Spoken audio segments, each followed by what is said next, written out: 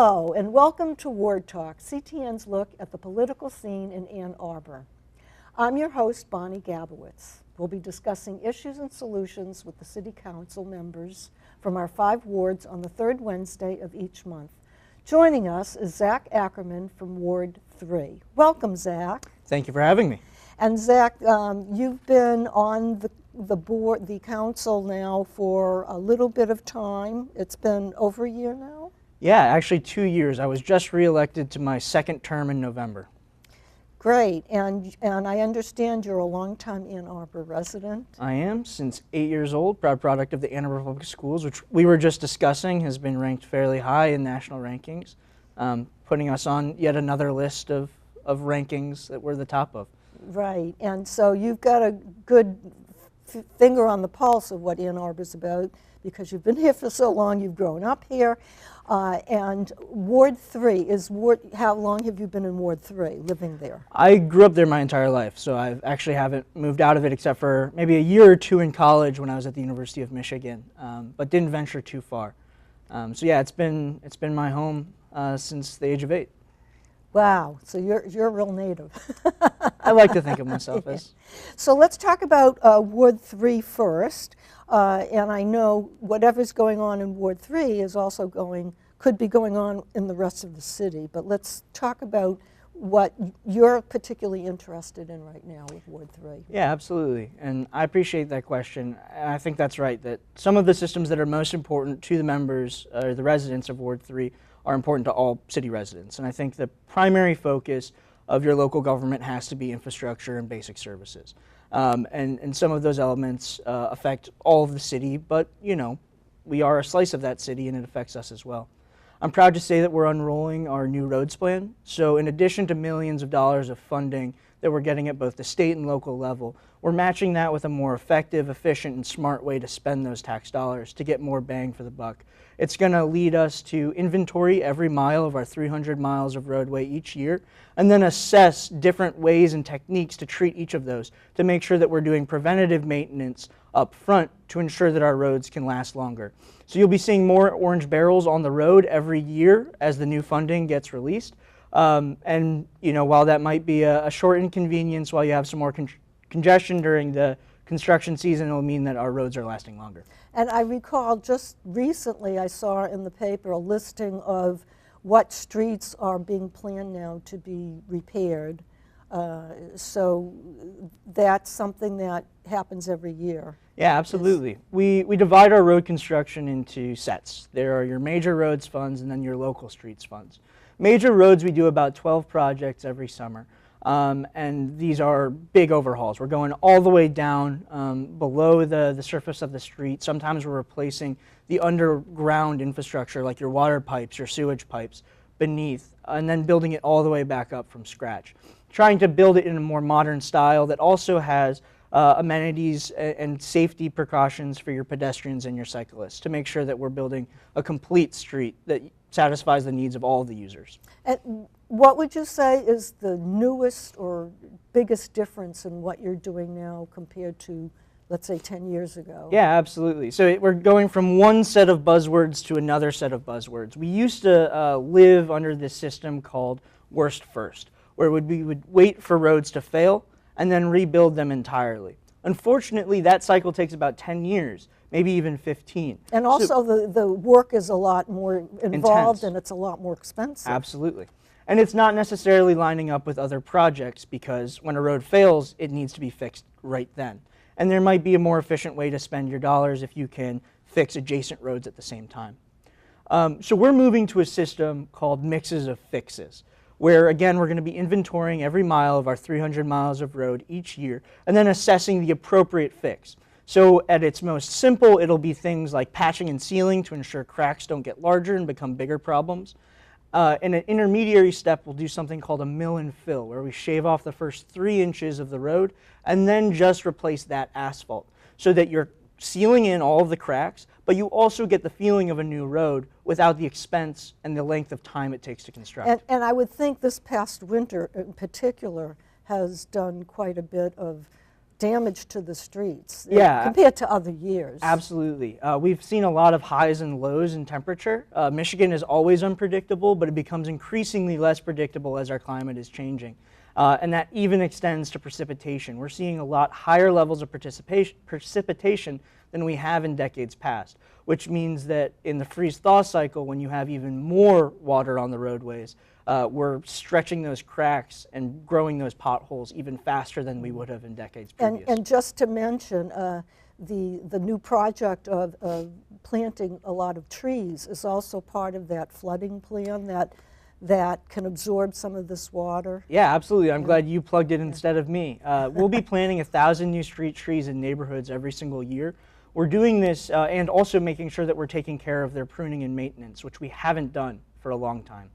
With the help of citizens who are volunteering. Absolutely, correct? yeah. We have we have an awesome program. We have great staff, but they're also a great staff because they engage local residents in volunteering to do a lot of this pruning and maintenance. We're able to do this because trees are our first line of defense to keep homes safe against floodwater.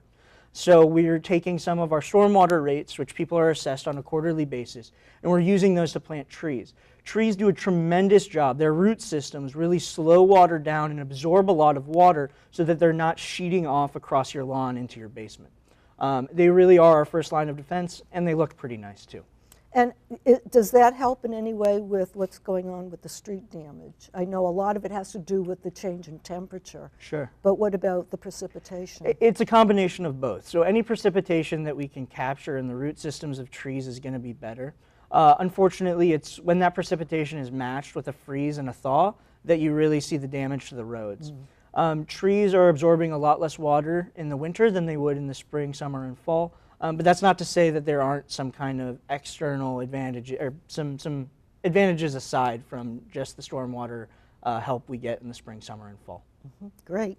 And I understand there's some projects that have been going on that are pretty much being finalized, such as in your neighborhood. Yeah. Ellsworth, and so tell us about some of those local projects. Absolutely. 3 projects that I'd love to highlight is in the Springwater neighborhood near the corner of Packard and Platt. We're seeing us wrapping up a lot of the street repair and curb cuts that we've been working on over the last construction season. There are always hiccups and pain points for every project, but I think it's something that's going to treat the streetscapes a lot better moving forward. Just around the corner at Packard and Easy Street, we'll be putting in what we call an RRFB, which is a flashing beacon that will alert cars that pedestrians are crossing. We see a lot of kids going to Allen Elementary crossing right there without any safety precautions whatsoever. So in addition to the island, we'll also be having an over-the-street arm that's going to have lighting onto the street and flashing lights to ensure that kids, if they're going to school before the sun is up, are seen as they're crossing the street.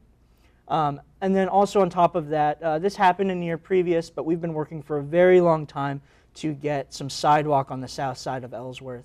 I'm proud to say that that project is complete. It was in partnership with Pittsfield Township, but we were able to find the dollars and get agreements from Pittsfield Township residents to get that sidewalk, which is heavily used by Ward 3 residents, especially in the University Townhouse area. And that's also a bus route, so it's important for pedestrians to have a safe place to walk. Absolutely. Right. And then to the north of the ward, we also see the only part of downtown that I represent is South University. The DDA has completed its infrastructure rehaul. It's a lot more enjoyable for pedestrians. It's a lot more public seating instead of just restaurant seating. And then to the south in Burns Park, we're going to be seeing DTE laying some transmission lines over the course of the next year and a half that may impact residents. And residents can join me on Thursday, March 22nd at the Senior Center from 5:30 to 7 p.m. as DTE walks us through that project, why it's necessary, and what the impact will be to neighbors. And if people miss this particular day, is there something online that they can connect with to get the same information? First, they should always feel free to contact me directly. My contact info is on the city's website, but my email is Ackerman, my last name, at a2gov.org. I'm happy to answer any questions. I'm fairly familiar and intimate with the project. But additionally, DTE and the city should be providing resources as well. Great. And with the couple of minutes we have left before our break, what would you say you're hearing from your constituents in terms of what their concerns are, or what they're very happy about as well? Not always complaints, but what are they speaking up about? Yeah. So it's March, so roads are always on everyone's mind, and I want to assure them they're on our minds as well. I think as we see the new roads plan come into its life, every year is going to be better than the last. Plus, I would think you're also on a learning curve. And there are changes and developments in the technology of fixing things, so there's always something new to learn and something different to do each year. I think that's right, but that isn't to say that our residents don't deserve the highest level of service right now. And so we appreciate you keeping our attention on the basics. It's what you elected us to do. It's what the fundamentals of our jobs are. But there are also additional things like the affordability of our community that people are very sensitive about right now, and for good reason, because we're driving a lot of people out with our higher prices of living. And I'd love to talk about that some more as well. Okay, well maybe after the break we can continue that, because that's a rather large component of the city, your ward. Absolutely. Right, great. Well, we'll get back to that. Wonderful. Okay. We'd like to hear from you, so please email us questions to ctn@a2gov.org or tweet us at #CTNAnnArbor. We're taking a break now, and we'll be coming back with more from Ward 3.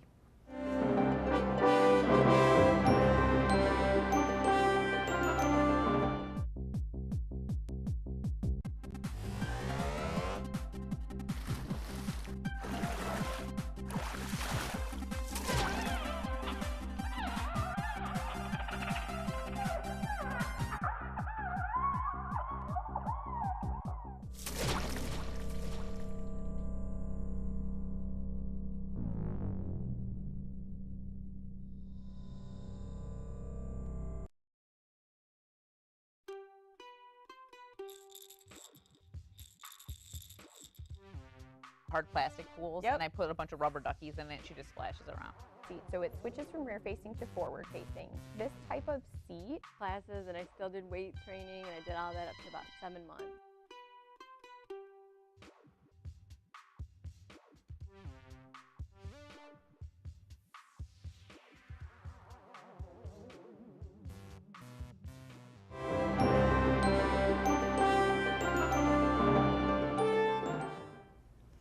Hi, I'm Bonnie Gabowitz, and this is Ward Talk. I'm talking with Zach Ackerman from Ward 3. We're having a wonderful conversation about all that's going on not only in your ward, but also how it relates to the whole city. We've talked about some of the neighborhoods and some of the improvements that have been going on, and we wanted to continue this conversation. So what else did you want to say about that? Yeah, I think in terms of neighborhood-specific things, one other element is to the folks living on Elmwood who have seen really bad service coming out of DTE over the last years. We are working diligently to hold them accountable for tree What trimming. kind of bad service are you A lot of talking power about? outages. More, I mean, we're all used to, after a large storm, there's a chance that our power might go out for 24 hours and be restored. These folks have it a lot worse than other residents. We're seeing upwards of 7 outages a year. And for some residents, one who's late husband was on a breathing machine, that adds a lot of anxiety to their lives. And so we're trying to push DTE to do the tree trimming that they owe us to replace their infrastructure from the 1970s. That's to make pretty sure. old. That's pretty old. You'll find that in the state of Michigan, a lot of our infrastructure is very old. But DTE needs to be a partner in this, and they've been responsive as of late, and we just got to keep that momentum going. So still in the works, but more optimistic than in previous years. Okay, and I know you have concerns about the affordability of the city and how things are changing. What do you see, or how can we work with this? Yeah, absolutely. So I think we have to segment it out into to talk about equity in general. I think this city works really well for the affluent. Anyone who can buy a $500,000 to $800,000 home is going to be taken care of by the market. And then plus they have nice choices. Plus they have nice choices. Because there is a lot of new housing in that area. There is. And then I think the people at the bottom of the spectrum, people making about 30% of our median income, about $20,000 and below, I think we have social systems in place to take care of them. Our Housing Commission does a tremendous job of taking care of them. And we've even rehabbed every single unit of our affordable housing system over the last 3 years, so that those individuals who are making the least or the most vulnerable of our neighbors have a safe place to live. Is that a continuing project? It's a continuing project in that we've established a funding mechanism, which is a public-private partnership, to guarantee that funds for the maintenance of these projects will continue over time. Luckily to say, we're reaching the end of rehabbing all of the units, so the actual construction phase will end, and now it's a matter of how do we make sure we're taking care of them into the future. And the system we have in place is good. In addition to that, we have this middle of our market. Folks like teachers, like retirees, like restaurant workers, like young professionals who are being squeezed out of this market. They don't qualify for subsidized housing on the lower end, and they're not wealthy enough to be comfortable with making decisions in this market. We have to figure out solutions for them. Which means also that the percentage of more percentage of their income is going to housing. Absolutely. And a general rule of thumb, and you know, in the Obama administration, it was believed that a household should only be paying 30% of their income on housing. That's how you define housing as affordable. And I think that's fair. And at the local level, we don't have the opportunity to increase wages. That's going to be a state law. But we have the opportunity to decrease households' costs. And if housing is even 30% of your income, that's going to be a huge share of your costs. And there are some households who it's 50%. So how do we bring that down as a means to make life a little bit easier for folks in Ann Arbor? And housing is going to be the biggest part of that. And there's a lot of things that we need to do. We need to work with the market. In the state of Michigan, we're not allowed to do rent control. We're not allowed to do inclusionary zoning, where we say X% of new construction has to be affordable. And do you see that pretty much being the status quo in the future? Is there any movement to change that? We're working on it. So the Michigan Municipal League, in partnership with Washtenaw County, has been lobbying in Lansing to allow a little bit of inclusionary zoning. Again, that new construction has to be X%. It's never probably going to be a blanket until we end gerrymandering in the state and there's a fair balance between Republicans and Democrats. But there may be opportunities, say, with the premiums that we offer in our downtown for new development, that they may be able to build with a couple extra stories if those couple extra stories are affordable to more people. That's the kind of change we're pushing for. It's very incremental, but it's better than nothing. And right now that's sitting in committee. We've had a couple of our colleagues from City Council go up there and testify in front of the State House. And so hopefully we see movement on that in the next couple years. But again, we're talking about the next couple years, not right now, which is what's affecting people.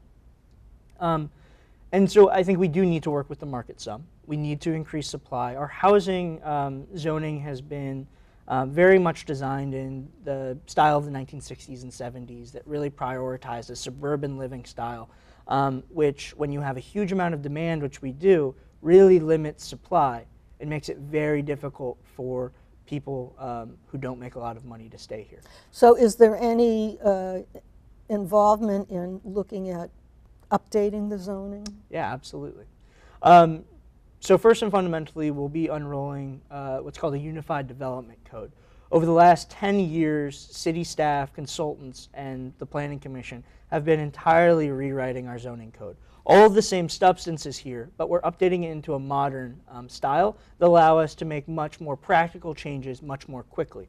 Our master plan, which is the guiding principles and the vision for our city, when you bring all the supporting materials, is a stack of paper about this high.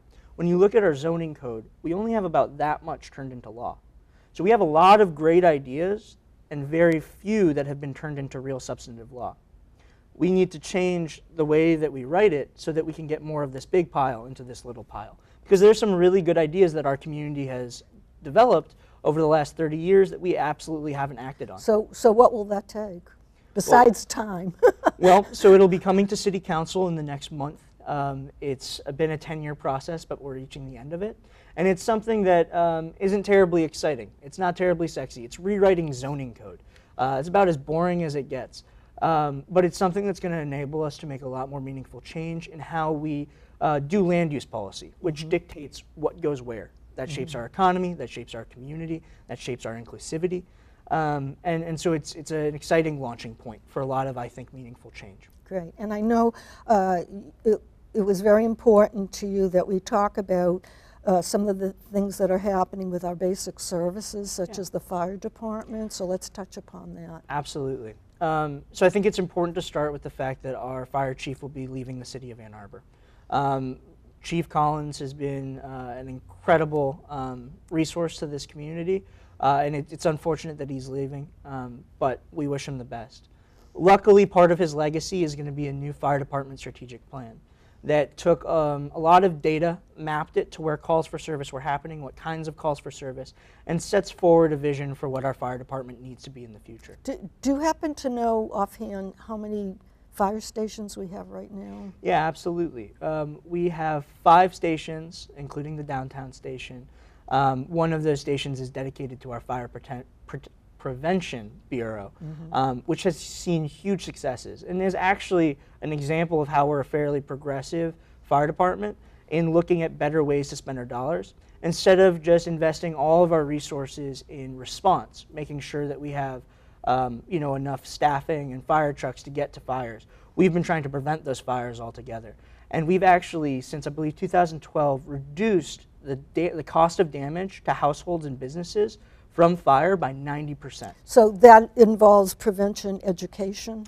Education is part of it, monitoring fire alarms, updating our building code, all the things that go into making sure a fire never happens. So some of it is educating people so they can keep themselves safer, but some of it is building buildings in a smarter way. Some of it is making sure that landlords put batteries in their fire alarms. Small things that make a huge difference. Right. And so you see that it's possible that once the study is done, you might have to adjust where some firehouses are, because one firehouse might have a lot more demand than another. And I'm really proud of our fire department for taking this strategic planning initiative on when they did, because a lot of our fire stations are now 50, 60 years old, and it's time to replace them. We have crumbling bricks. And plus we need bigger kitchens. And we need bigger kitchens.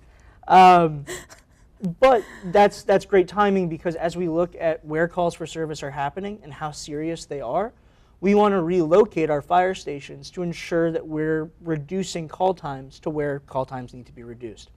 And that's actually going to affect residents of the 3rd Ward, because as we map out our calls for service, both the frequency and the severity of the fires and medical emergencies that are happening, there are some pockets in the 3rd Ward that see a higher concentration than anywhere else in the city. So as we move forward on enacting our strategic plan, we're going to want to focus on the 3rd Ward and make sure that we have a fire station located where it makes most sense for the residents.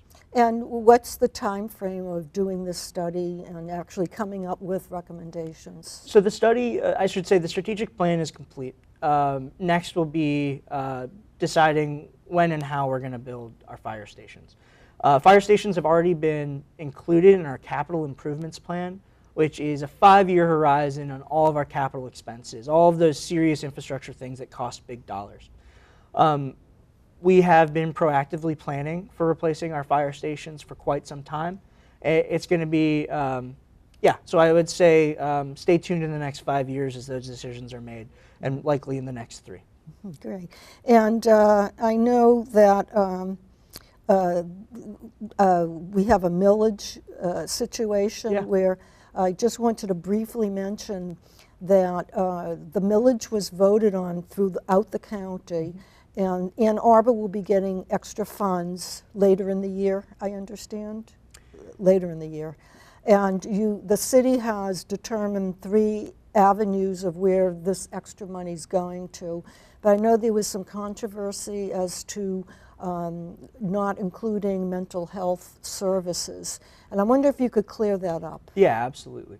So exactly right. In November of 2017, the county decided to pass the mental health and public safety millage, which sends funding to community mental health at the county level and the county sheriff's office. And it was about an even split between the two. An additional portion of that is going to be rebated back to communities that have their own police departments. The thinking for this is, in the city of Ann Arbor, we already spend 25% of our general fund on our police department. $26 million a year already goes to police. And it doesn't make sense for us to subsidize rural communities in the county by paying extra for the sheriff's office. So the sheriff's office, through this millage, through the treasury, will be paying the city back to our general fund to the tune of about $2.2 million a year. Again, because we have our own police department. When the millage was being debated, it seemed important that we give clarity to the voters and the community members here in Ann Arbor about how those dollars would be spent. And having listened to voters and constituents and what they want to prioritize and what the values of this community are, decided to put forward 40% to affordable housing, 40% to our climate action plan, and 20% to pedestrian and cyclist safety. I want to start by talking quickly about the affordable housing piece and the pedestrian and cyclist safety piece. I think those tie in very naturally to public safety. The affordable housing piece is, it's a lot easier to provide mental health services if people are housed. And So what you're saying is that the housing is related to the mental health. Absolutely. The delivery of service, of mental health services, is only possible if people have a roof under their heads. And so making sure people do have a roof under their heads and have a roof here in Ann Arbor where they have access to those services is critical. I think that makes sense. And affordable housing has been chronically underfunded for decades. And we need to figure out a dedicated revenue stream to make sure that we can keep this community inclusive and diverse. So in the short time we have left, the city is coming up with funds to deal with the mental health. I just want to make sure the Absolutely. citizens know that it's not that you've wiped it off the slate. Absolutely not. So 38% of all of their tax dollars will continue to go to mental health. It's the rebate that we're getting back from the county, which is something like 20% of the entire millage. Only 20% is coming back to the city, and we're dispersing that in ways that reflect the values of the community. Again, inclusivity through affordable housing, safety through pedestrian safety and cyclist safety, and progressive action on climate change, which does have elements of public safety, especially as we talk about keeping stormwater out of people's basements. So basically, this is something we'll look forward to watching as the year 2018 rolls on. Absolutely. And how the city can deal with the mental health issues. Absolutely. Great. And we look forward to being a partner with the county and delivering our tax dollars from Ann Arbor residents into providing those services through the county. Well, it's been quite informative, and I look forward to seeing all the new progress that we're making on all these different topics, and I'd like to thank you for coming. Thank you for having me, Bonnie. Great. And remember to join us for a new episode every third Wednesday of the month. We want to hear from you, so please email us at ctn@a2gov.org or attention Word Talk. You can also follow CTN and ask questions on Twitter at twitter.com/CTN Ann Arbor. We'll make sure to include your questions. For Ward Talk, I'm Bonnie Gabowitz. Until next month.